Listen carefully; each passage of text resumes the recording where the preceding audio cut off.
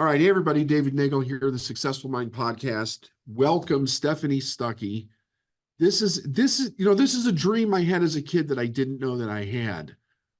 So I noticed you on Twitter or X, whatever you want to call it, and I thought you've got to be kidding me because I was born in '66, so we did road Yeah, trips all across the country, and we couldn't wait as kids to stop at Stuckey's, right? For the pecan roll. And I love the little trinket things. Like I know a little further out west, they used to have this little pocket Indian knife, like just a hmm little pocket knife. And we yeah, could we couldn't wait to see what was different, which every one that you would go to. It was like the big thing. Let's stop at Stuckey's. Let's yeah, stop at the next yeah. one. Back when you would say cowboys and Indians, now it's Native American souvenirs. But That's right. yes, all that. In fact, for the YouTube, I know part of this is videotaped. My mug today is the drinking bird mug. Do you remember that little No, toy? I, no, I don't. Oh, yes, I do. Yes, I do. Yeah, Yes, I do. Yep, the thing. it bobbed Absolutely. and Yep, we had one. drank water. Yep, Yeah, love those. absolutely. So I thought I would reach out. We've been doing a podcast, we've been in business for 25 years. We've been doing a podcast since 2017. And mostly it was just teaching, but I've been getting into more and more of talking to people, not just successful people, but people that are kind of following their passion in life, because that's what I did. And I'm really interested in those stories. So when I saw you and I was reading your stuff for a while, I had no idea that you were trying to bring Stuckey's back to the grandness that it once was. And of course, I really didn't know the history of the company. So I started doing a little bit of a dive, and then I reached out and you were really generous about being on the podcast. So I was wondering, could you just give us a story, like just tell everybody where Stuckey started and what is the story of what had happened up to when you got it, when you purchased it? Sure. Stuckey's was founded by my grandfather in 1937 during the Great Depression as a roadside pecan stand in Eastman, Georgia. And he grew it from that to at its peak. There were almost 370 stores nationwide and along every major highway. We were really synonymous with the road trip. We were the first national roadside retail chain. Before there was TA, Love's, RaceTrac, Wawa, or Buc-ee's, Yeah. there were Stuckey's. We were the first out there on the interstate. And at our peak, we also had a candy plant, a distribution center, a sign painting company. There were 4,000 Stuckey's billboards all over the country. And my hoodie today is a throwback to that. It's one of those early billboard designs that I'm wearing. But he sold the company and it was out of our family hands for over 50 years and Oh, really? That decades long? of decline with outside management, frankly. Sometimes it works when you sell your business to another company and there's a merger, and sometimes you totally lose the magic. And that's what happened to us. So it got to the point where there were only 12 of those original freestanding Stuckey stores left 4 years ago, and the company was six figures in the red. And I got an unexpected call one day to buy the company. It was for sale. So that's sort of the journey. And I can talk more about what happened from that point on, but that's the past of the brand. Okay, so couple questions. Do you know what your grandfather's passion was for expanding it the way that he did? Because that was something, I mean, that was revolutionary back then. Nobody else was doing that. Well, I think I do. He died when I had just turned 12. He died a week after my 12th birthday. And I knew him as my grandfather. He sold the company a year before I was born. So even though I knew the stores, of course, and grew up stopping at them, we're the same age, by the way. So we Oh, road okay. trip just like you did, and we pulled over like every other family. I just had an emotional connection to the brand because obviously it was my grandfather's company. At one point, it wasn't anymore. So I have tried to piece together from talking to people and reading his papers what his vision was, but I do know what he really genuinely cared about. And I think this is talked about a lot, maybe to the point that it's been diluted, but the experience, he truly cared about people, whether it was an employee or a customer or a vendor. He wanted anyone who came in contact with our brand to feel like we had this welcoming, friendly brand that made people feel good. And we were this oasis on the side of the road where you might have this monotony of driving for hours without seeing anything, Yeah. especially when we first started. The interstate was pretty empty. There weren't 20 places that would crowd an intersection. And so we were it on the exits when we were first founded. And he wanted to make sure that this was a really unique, wonderful experience. And a great example of that is the fact that even during the era of the racial segregation, Stuckey's was never whites only. We always opened our doors to any traveler on the road. And so that spirit is just indicative of how we were this place that made people feel like you belong. So I Yeah. think that's what he really cared about. And of course, like many entrepreneurs of that era, I think he really enjoyed making money. Yeah. That's great. That's Yeah. fantastic. He was an entrepreneur and he wanted to make money and he liked being wealthy and he shared that wealth. He was very generous and very charitable. Yeah. Well, that is a belief and a value that seems to go along with really successful people, especially when they have such a loyalty brand out in the marketplace. I remember we used to do 3 road trips from Chicago. I was born and raised in Chicago, and my around 74, I think it was, my grandparents started to think about moving to Arizona. And so we would do about 3 trips, car trips a year out to Arizona. And it was like 2 or 3 cars. So it'd be my mom, me and my brother, my grandmother, my grandfather. And I would ride with my grandmother a lot. She was always like the lead car going out there. And we used to get something from the Chicago Motor Club called a triptych, right? I don't know if you remember those, right? So they would outline your route. And I would Yes, be like, Grandma, can we stop at this place? And she'd be like, no, we're going to stop at Stuckey's. And all the time, that's what it was. And it was, and the reason was it was clean. They had good food. She loved the different things that they had there. They had clean restrooms, right? Yep, absolutely. The pecan rolls. pecan log roll. And your grandmother started making those, right? Do I have that right?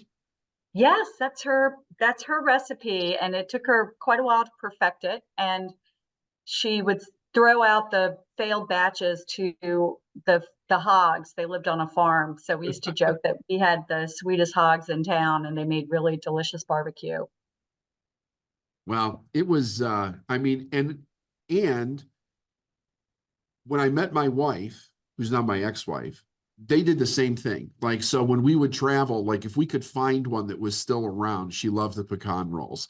All my friends and family have the same stories about stopping there as kids. So the nostalgia around it was really cool. What what made you buy it? Like what what happened when you were told that it was for sale? And it sounded like, was that something you were planning for, or was that like a Oh life-changing moment? no.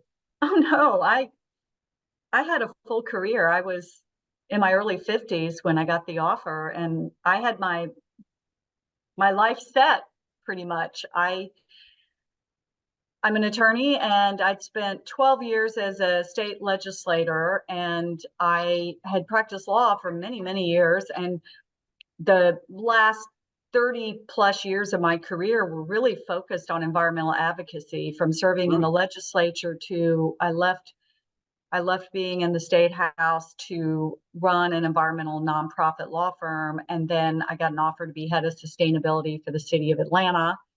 And I thoroughly loved that job. And then I was teaching at the University of Georgia School of Law as an adjunct professor, again, environmental law. So that was my career. And I didn't have a business background. I still don't, other than, now I dove into the deep end of the pool and running a family business, but that was not in the cards for me. But when an opportunity like this comes along, you grab it. I mean, how often does a family have a brand and you lose it, that actually happens a lot. A lot of third generation businesses don't survive. They get sold or they go bankrupt or whatever, but they don't Yeah, make it beyond the third generation. And so that's not uncommon, but what happened that's unique to us is that we got our brand back. I mean, that's very unique. it's just an amazing opportunity. And why I did it, it's really simple. I loved my grandfather, and his legacy was rapidly becoming these dilapidated, sad looking stores on the side of the road. Many of his stores, well, they were well built. That's the good news because they're still standing, but they're now other businesses like pawn shops and trucker bars. And that's not the legacy that No, my grandfather wanted to leave. So I I invested my life savings. Nobody would loan me money for a has-been brand that was yeah, in debt. I couldn't get financing for this. So I guess it was an advantage that maybe it was later in my life that I'd saved up money. yeah. So this better work. There's no plan B for me. This is the plan now. Stuckey's better be very successful. Well, how is it going? It's going great. But it's a journey. I mean, comebacks do not happen overnight. It's not like a movie where there may be a 1-2 punch like you see in Rocky, and then he's on top of the world and he's suddenly, on and headlines everywhere. No, it takes time. What I look at is the trend. Our sales are trending positively. What we had to do to really turn the company around, because what we were doing wasn't working, is I had to make a change and pivot, and we are focused now on making pecan snacks and candies. I don't have the financing or the resources, and we don't have the stores to run a national roadside retail chain like my grandfather had. And those 12 stores, that the original stores, are still standing. We don't own them. They pay us a licensing fee, but it was not enough revenue to really turn things around. So what we're doing is we bought a manufacturing facility. I got 2 business partners who are awesome. We've built an amazing team. And it's through the power of the partnerships and the teamwork that we now have a really great business focused on pecan snacks and candies.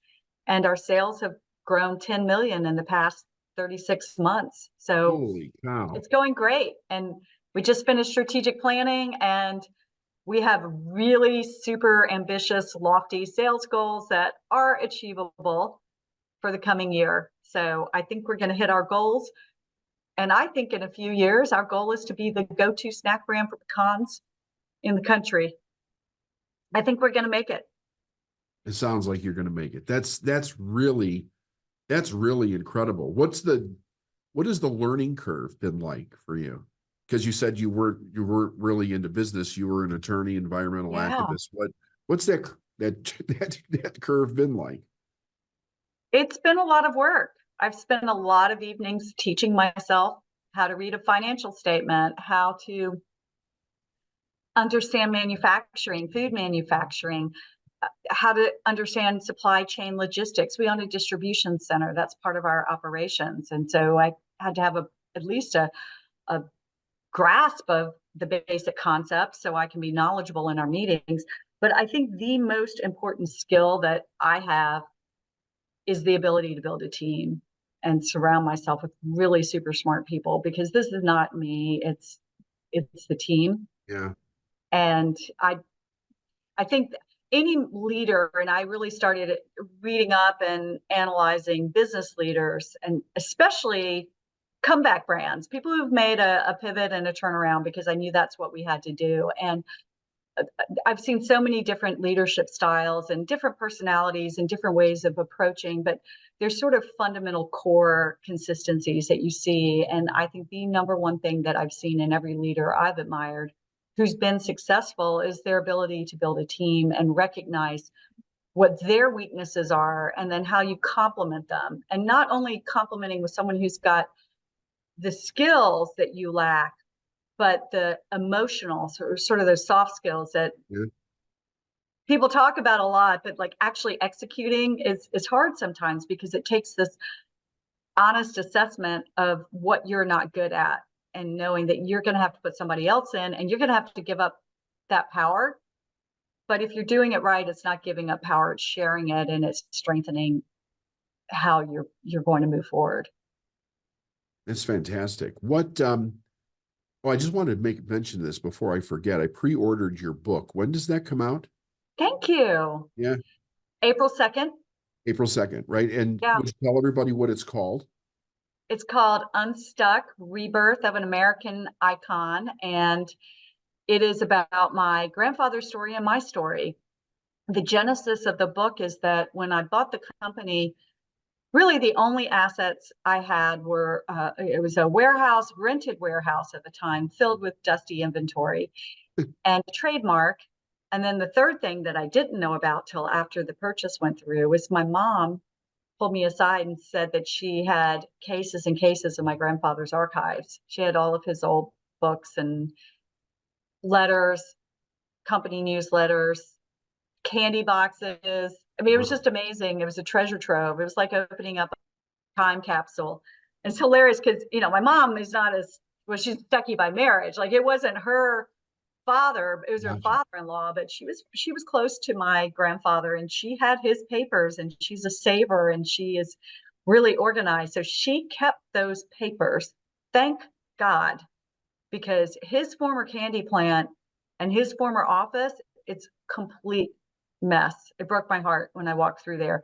There's nothing worth saving and salvaging. All his old files, everything just destroyed that were in that candy plant. So were it not for my mother for saving those papers, I wouldn't have that.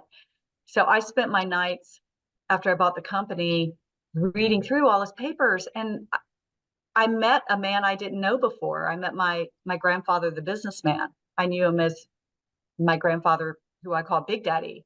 I knew him as a man who gave hugs and candy to me every time I saw him. But he didn't dispense business advice. He was my grandfather. So Yeah. I pieced together his story, and I just started writing it all down, and I started sharing it in long form content on social media. And I had so many people reach out to me saying, well, you ought to write a book. And I think everybody has a book in them, right? And so many people have come up to me and said, oh, I want to write a book too. So I think we all have it in us. And I just kept thinking, okay, maybe I should write a book. And one day a publisher approached me and said, I want to publish your book. And so I got an agent, I vetted it, I pitched it to different publishers, and I got several offers. And the great thing is I went back, it was the original guy who approached me, who I went with, Ben Bella Publishers. They've been great, out of Nashville, and they distribute to Penguin. So it'll be national distribution. And Nice. the book is my grandfather's story based on my memories and the papers, and then alternating chapters with my story, almost parallel, showing how he built the company and then how I rebuilt it in real time, modern time, using his lessons. Yeah. That's an I hope amazing it's story. interesting. There's a whole chapter on the road trip. There's a whole chapter on race relations in the South. Wow. That's Yeah, cool. so I put it all in there, and I'm just putting it out there, and I have no idea how it's going to go. I'm sort Well, of I'm going to try to terrified. help you sell it. I'm going to talk about it. Maybe we'll even have you back on after it comes out and I get a chance to read it. Sounds like I'd something love that could that. become a movie, you know? Right? Like, Wouldn't that be fun? I did retain absolutely. the film rights, so in my contract, Nice. put on my I would lawyer love to hat, see that as a movie. That would be I kept the so film cool. rights. Yeah, because I think when I heard about your book, I went on and I pre-ordered it on Amazon, and I was thinking to myself, The Founder flashed through my mind, the movie The Founder about McDonald's Yes, with Ray Kroc, and I thought, I love that movie, the me book, too. which is very, very different, by the way. And Ray Kroc apparently had some issues. I'm Yeah, not sure, he he did. didn't live to see the movie, but I know McDonald's Corporation had some issues because I think they portrayed Yeah, more of a conflict there between the McDonald's brothers and Ray Kroc than maybe actually was. But it's still a yeah. great book and a great movie. There is a book that Ray Kroc wrote himself that kind of contradicts some of the things in the Yeah, movies. Yeah. that's what I was referencing, Okay. grinding it out. It's The Founder is based loosely on grinding it out, and there are definitely, when you see the movie, if you've just read the book, I reread the book and then resaw the movie after I bought Stuckey's, and or rewatched the movie, and it was pretty obvious some of the differences. Yeah. I mean, it's such a landmark Americana thing for people that lived through those years. You know, it was part of people's memories of their childhood, of their life. You know, it's so amazing to me. I wanted to ask you, do you know why he sold it? I have a pretty good idea talking to my father, especially. I think there's two big reasons. The first is he really didn't have someone to hand it over to. He had two children, my aunt, who had zero interest in the business. And back then, and this was in 1964, there really, there weren't a lot of women in corporate America. And frankly, there still aren't enough. Yeah. But that was one reason. I don't think he really had someone to hand it down to. And then there's my father. But my father was, he and my father had somewhat of a contentious relationship. I do my best to handle that in the book.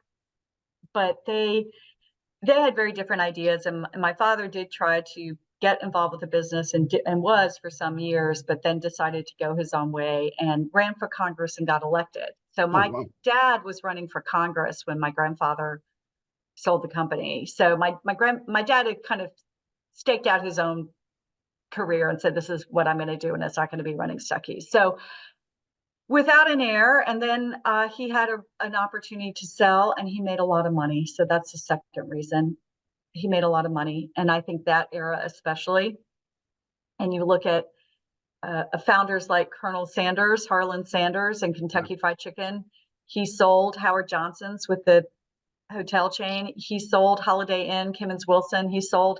So a lot of these entrepreneurs of that Great Depression, and they grew up so poor, they had an opportunity. They built something amazing, but then they had an opportunity to make more money than they had ever imagined and then retire and Yeah. be happy and content and enjoy life. And he retired he sold the company when he was in his early 60s. So he traveled the world with my grandmother and enjoyed life. Did he own all of those stores himself, or were they He did not. franchised? They were It franchising? was a franchise basically. And if you study franchise operations, then like chain business, especially I've been studying the food space to the first year, especially when I was trying to figure out how I was going to revive Stuckey. So I was looking at different models. And I think the model my grandfather had is most akin to Chick-fil-A, which is interesting because he did know Truett Cathy, the founder. There is another Georgia-based brand, and Chick-fil-A was coming along at the same time. It was later, but Yeah. really around the same time. So they knew one another. And so my grandfather's model was he had husband and wife teams who owned and operated the stores, and they lived in the back of the stores. But he had the corporation had a lot of control over how the company was run.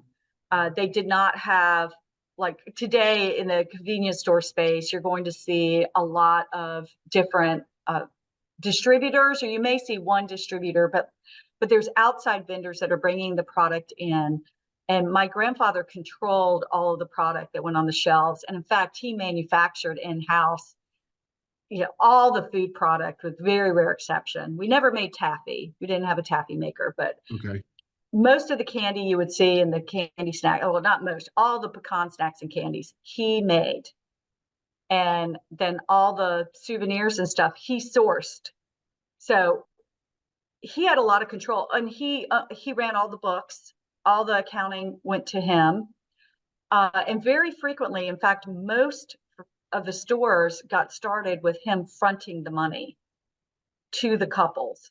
And so he Really? would front, I'm going to get this number wrong, but say it was 15,000 to them to start with the store. And he would build the store. He would incur all those costs, and then they would pay him back over time through the sales of the store. So he would get a percentage to pay back that initial investment.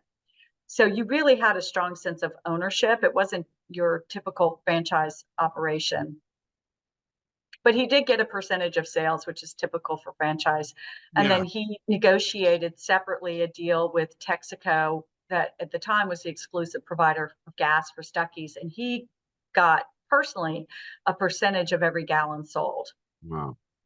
And that really is what made him a millionaire, was gas. And the interesting thing, the more I look at that model, and even though we don't own and operate gas stations, I do follow that space a lot because we sell to that channel. That is our biggest channel, is the C-store space that sells gas. And a lot of those C-stores, the bulk of their revenue is going to be gas, Yeah. diesel especially. So we Yeah. love truckers. Wow, I didn't know that. That's Yeah. that's Yeah. So a lot of them yeah. really, they're in the gas business. Yeah, they're in the gas business. That's Yeah. fantastic, right? So So like McDonald's being in the real estate business, right? like McDonald's said, we're in the real estate business. That's fascinating. What the customer sees or the customer relates with the brand isn't necessarily what the profit model is. Yeah. Yeah. I remember hearing a story. I don't know if you ever heard of Earl Nightingale. Um, but he was kind of like the the founder of the personal development movement, started in the 50s. He had a radio show that won what was it called? Our Changing World, I think it was, out of Chicago. Anyway, he was huge across the United States on the radio, and he had a really positive message and a pro business message, pro success, that type of thing. And he used to tell a story about the first gas station that started selling more than gas itself. About the guy who started going, there's people that are coming in here and they have money in their pocket, and there's all different kinds of things that they could buy, and they would sell fishing licenses, and like they sold guns, they sold candy, they sold food, like all these different, Well, all these that's what different, Stuckey's did. yeah, right, My exactly. grandfather sold fishing licenses for his stores that were near fishing holes or the Gulf Yeah, Coast of Florida. If you pulled over to Stuckey's, you would get fishing license and bait. Yeah. So I'm interested in that. I mean, I lay claim, and this is just me saying it, but I've searched it repeatedly and I've been saying it for 3 years and no one's corrected me. We were the first national roadside retail chain, but I'm not sure who was the first gas station that sold more than gas, because I that don't know. would have He predated didn't, my grandfather in 1937. if I Probably would have been in remember, he the didn't 20s. know, he didn't say what the name of the gas station was that did that. He just told the story. And my understanding was that it went way back. It might have even been, well, it probably was in the 20s or the 30s, someplace in there. I don't even remember if he said what city that it was in. But yeah, I would think that you're absolutely correct about being the first roadside chain. We drove all over the United States. I don't remember Mhm. seeing another chain, Yeah. back then. That's what it was. It was Stuckey's. I mean, there were other things to do. You had the rattlesnakes 5 miles ahead sign, that you would Yeah. you would see. And South of the border, Wikiwachi, right, right. The Thing, Yeah. Corn Palace, Wall Drug. Yeah. Been to all of them, by the way. It is in my blood. I love roadside Americana. Yeah. It's So, not just the brand. Like, I really, truly love to road trip. So here's the challenge we have. okay. You and I have been waxing nostalgic about taking road trips in the 60s and 70s, but there are millions and millions of Americans who did not road trip in the 60s and 70s or even the 80s. I think Stuckey's could stretch as far back as, or as far as the early 80s, but there's lots of new consumers out there that we have to reach, that we have to connect with our brand, that aren't going to have that shared memory of those connections of taking those road trips. So that's part of the challenge as we move forward, is what we're calling nostalgia. And that's creating new memories, new warm associations, new stories, new shareable moments Yeah.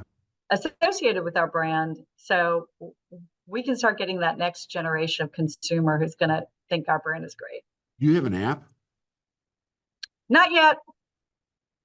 So It's in the plan. is it? Yeah. So this morning I was thinking, I was like, I Here's the wonder if challenge he's with got an app. the app, Okay. okay, is that we don't own or operate any stores. So a lot of times the apps will be like, okay, well, where can we find your store? So for the Right. app, it would have to be a product locator guide. So for example, Hobby Lobby sells our product, Wawa in Florida, Travel Centers of America, Pilot in select locations. So how do we how do we make sure that there's an app that's going to that's affordable?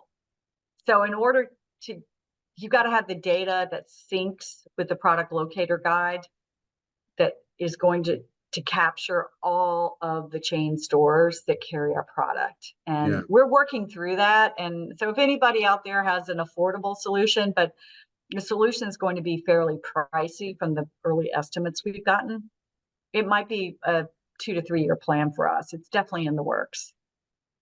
That's interesting. Yeah. Yeah, I guess I didn't think about that. I didn't realize that you didn't own the stores. And your plan's not really to build more stores, right? It's just distribution No, itself.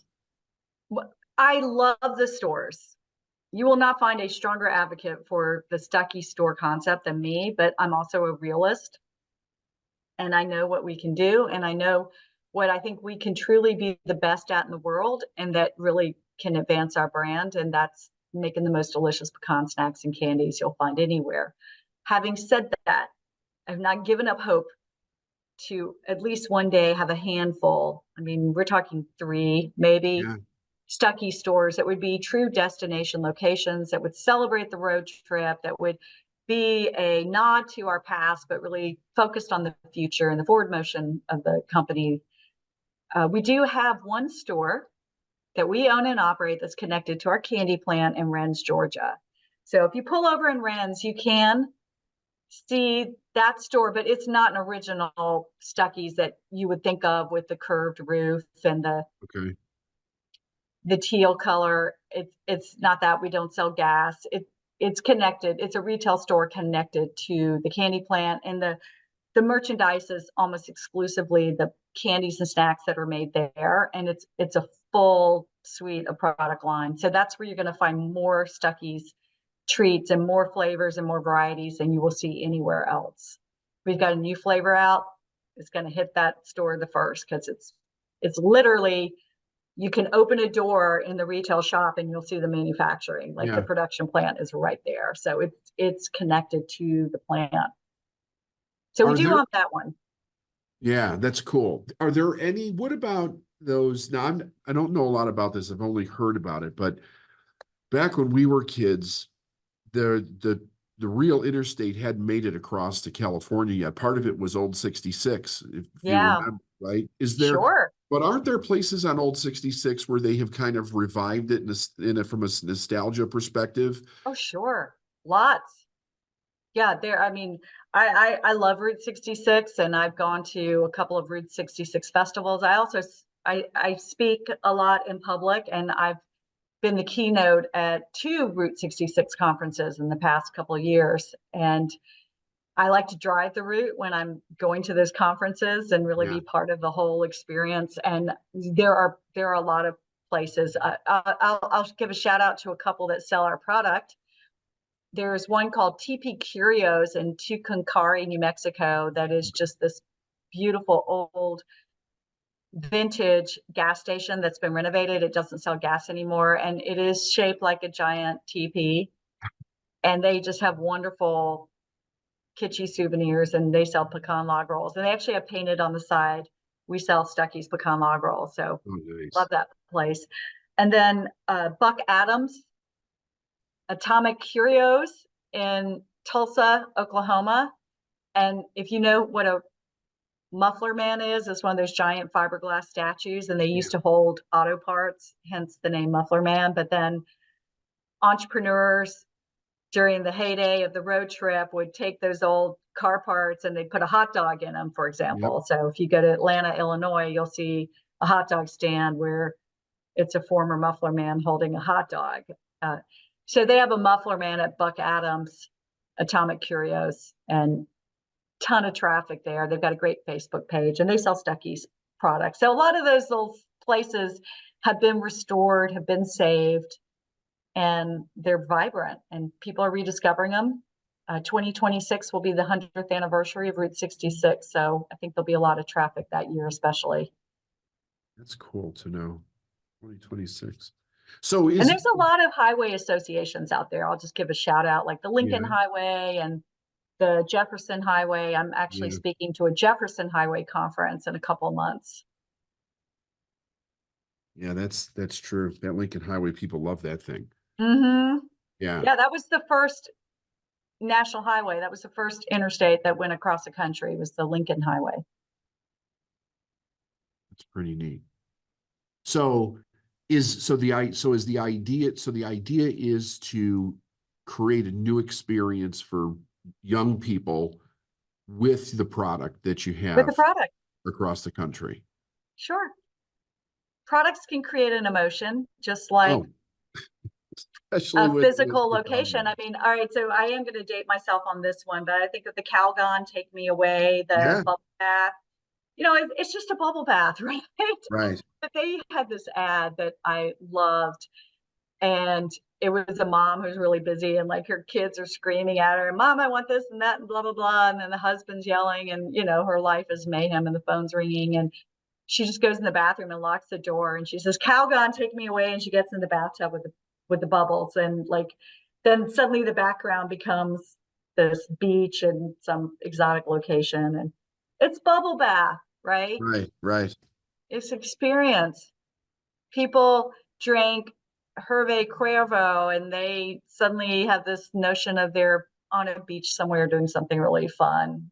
And it takes you to a different place, and it is an experience, but it's a product. Right. Yeah, We can do for that sure. too. So I'm personifying the brand, but our pecan snacks are really rooted in roadside Americana. And so maybe we don't have those physical stores, but what that road trip represents is still an inherent part of our brand.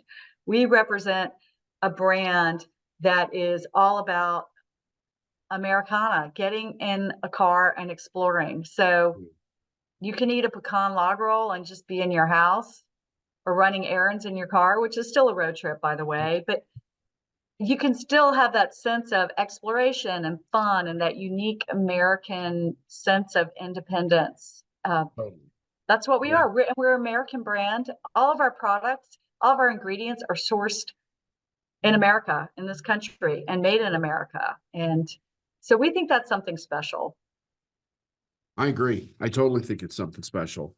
And I love those things that, the idea of what it is that you're doing to create those memories in people. I really think that that's special. It's Yeah, especially today when everything is like it's in your life for 2 seconds and then it's out, and there's nothing that really creates an experience for people like when we were kids. Like everything was an experience back then, yeah. and it's not like that today. So yeah, I think that's just totally fantastic. Yeah, and I like that we have a brand that has sticking power, and that we have a brand that's messy. We've had some really rough times, but we're still here. We've got a lot of grit, and we've got a lot of fortitude and spunk. And here we are, 87 years later, we are somehow still around. Yep, yep, absolutely. I That's see. worth celebrating. So you buy a pecan log roll, you are celebrating the comeback. You are saying, yeah, there's something valuable about a brand that somehow has made it and survived the test of time. Absolutely. You do a As I lot of, hold up a pecan log roll, yeah, no, great, sell I it, do might be it. snacking on this later. I actually do eat our log rolls, and we're looking at new flavors. So we've been talking this morning, which gets me really energized about maybe mixing up the flavors and doing like, I don't know, a hazelnut nougat, or what about a peanut butter and jelly pecan log roll? And Yeah, we had fun. We really kind of went off on a tangent for a while there. Coconut log rolls, red velvet cake log rolls. Stay that's tuned cool. on those. We're talking with food scientists and product developers. And so you can have all the ideas in the world, but if you can't execute, it's just an idea. So we're figuring out which of these ideas are actually feasible with our food scientist. So hang on, Yeah, stay and tuned. the rapid regrowth that you've brought is just astounding. That is so fantastic. What a Thank great, you. great It's incentive to teamwork. keep going. It's all teamwork. Yeah, for sure. You travel a lot, yeah? I see you on I Twitter. do. Yeah. Yeah. What's is that for fun? Is that business? Is this both? Well, I guess it's business, absolutely. But yeah, well, business. I'm doing this for Stuckey's, but I'm passionate about reviving this brand. And you said at the beginning, you initially started interviewing successful people, and then you transition to also including people who are passionate about what they do. Well, for me, Yes. it's both. You know, I think we've been successful. We're continuing in that trajectory of success, but I'm also super passionate about this. And so I'm traveling a lot, and a lot of the travel is giving speeches, which is not something I had started out as part of the business plan, but it just happened gradually. People would ask me to speak, and then there'd be somebody in the audience who would refer me and say, "Oh, well, you be a great keynote speaker for my conference, and then you be a great speaker." So it just kept snowballing, and then they'd offer me honorariums, and so I get paid, and the Nice. funds from my speaking gigs go towards what we call the Culture Club at Stuckey's. So it funds employee engagement activities for the company. So we do a monthly lunch now, which is a really nice meal with all of our employees. We're at 75 employees, and we celebrate achievements, and we have a time for fellowship, and we tell them, you know, some of the ideas of what we want to do with the company and what's coming up. And then we get their engagement and their feedback. And so the morale at the company has improved considerably because I've got this little honorarium fund now, that's been super unexpected and in a really positive way. So I'm giving a lot of speeches. And then the other thing I do a lot is going to trade shows. So a big portion of our business is B2B, you know, business to business. We sell to other retailers. It's not so much direct to consumer. Although we Okay. do have a website, stuckeys.com. Go visit it today. And we have that distribution center that fills orders on site, but we do a lot of business through third-party retailers, not just chains, but specialty mom and pop stores all over the country that we can deliver direct to you. And we have a wholesale program. And then we do a fundraising program, and we do a corporate gift program. Wow. So all of that, in fact, I just got information. I'm going to sign up for a couple of trade shows for fundraising where we're going to Future Farmers of America conference and set up a trade show booth and pitch to ag programs all over the state to be part of our fundraising program. So it's a lot of sales. And then whenever I go anywhere for a speech, I'm going to be visiting our stores. So by our stores, I don't mean necessarily those branded Stuckey stores because there's not many of them. I mean, I'll be going to south of the border that sells Stuckey's products. I'll be pulling over at I'm trying to think of one of our retailers that I've been to recently, but you know, I will just go to. Yeah. I'll pull over at the Goats on a Roof in North Georgia. All right, I remembered one. Do you have a So lot your of local people approach markets, your you? local Striplings. Striplings is a small chain in Georgia. They got 4 locations, and I'll stop at one of their locations. So whenever I'm traveling, I'm visiting stores, and then I'm trying to open new accounts. So I'll just walk into a store, and I carry samples with me everywhere I go, and I'll say, "You would be a perfect vendor for Stuckey's, and we can help your sales and have a pecan snack." That's the way to do it. That's Yeah, the way to do it. Do you have a lot of people approach you when they find out who you are about what it meant to them as a kid? A all lot the of time, stories. Do you every really? single day. That has been amazing. I have so many people come up to me and share their Stuckey stories. And now I have people recognize me, not a lot. I mean, I'm not like this huge celebrity, but I'd say once a week I'll be out somewhere and someone will come up to me and say, "Hey, aren't you that pecan log roll lady?" And then they'll proceed to tell me their Stuckey story. So I love it.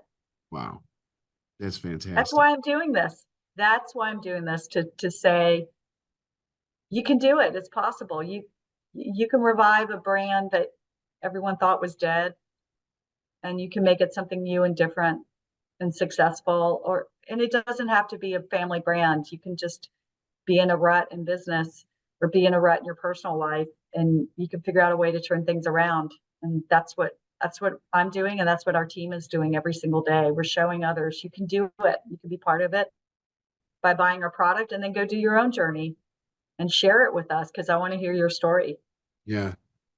And you can see the passion that you have for it. I mean, it just totally comes through, which is really Yeah. cool. That's Yeah. one of the I'm waiting reasons. for younger people to come up and recognize me. I will have to be honest that with very rare exception, the other day, a woman who looked to be in her late 20s came up and said, I recognize you from LinkedIn and I love what you're doing. And I just gave her this huge hug. I'm like, somebody who's younger knows our brand. Thank you. That's great. I took a photo with her. I sent it to my team, our team, and I'm like, look, y'all, you got a younger fan. Yeah. Well, it's one of those things, all of a sudden Yeah. it just explodes and then you're everywhere, you know, which is probably exactly what will happen. I'm hoping, but you know what? It's happening, but it's not sudden. It's trend. It's a trend. It's It's trend. it's a Yeah. it's a mush. It's a day in, day out. It's a You got to put slog. the work in. It's a Yeah. slog. Yeah. It's like dieting, right? Like or working out. You don't go to the gym and work out for 8 hours and go, all right, I'm going to be totally in shape. No, you spread those. You spread that out over 6 months before you start seeing results. But you see Right. results. You just Yeah, have to really be patient. for sure. For sure. Um, I was going to ask you is there anything else that you sell at these stores besides the pecan rolls and the candy, or is that just going to be the niche that you're staying in? Well, we have a full line of pecan snacks that Okay, yeah, are healthy. okay, Some cool. are healthier than others. They're roasted in we have a kettle glaze that's roasted and coated in a sugar glaze. So I would not stand in front of you and say, oh, that's super healthy. But I will say that pecans are among the healthiest nuts and full of the good kinds of fat and antioxidants and magnesium and all sorts of good stuff. And there's lots of scientific studies out there that prove that. So we do sell the raw nuts. We sell the roasted and salted are going to be healthy. We sell a variety of different types of pecans for baking. So you can get the large and the medium and the midget, which is a term. That's what they call it, the midget pieces Veggie in the pecans. industry. They call it midget pecan. So not trying to disparage people who are tiny, Right. but Yeah. our nuts are tiny if you get the midget ones. And we sell a lot of different varieties. And so, yeah, we have, I was counting our flavors today. I think it's 16 different flavors of All right. pecans that you can get on our catalog and online. Okay. And we have a new flavor out called Sweet and Salty that is addictive. I And they're bet. really good. Like it's not just for snacking, like I crumbled up the maple pecans the other day and put them on my oatmeal and stirred it up and it was to die for. And so why put sugar or maple syrup on your oatmeal? Like you can crunch up the pecans and Yeah. they taste great. My niece put our our honey roasted pecans in her banana bread and said it was really yummy. So you can throw it on salads. I'm partnering with some chefs working on different ways that we can collaborate on fun things you can do with our products. So yeah, it is not just the The log roll. We are Stuckies. more than the log roll. The Yeah, the log roll is Stuckies the cookbook. gateway drug to Stuckey's. It's Yes. Gateway yes. drugs. Yeah. That's awesome. That's great.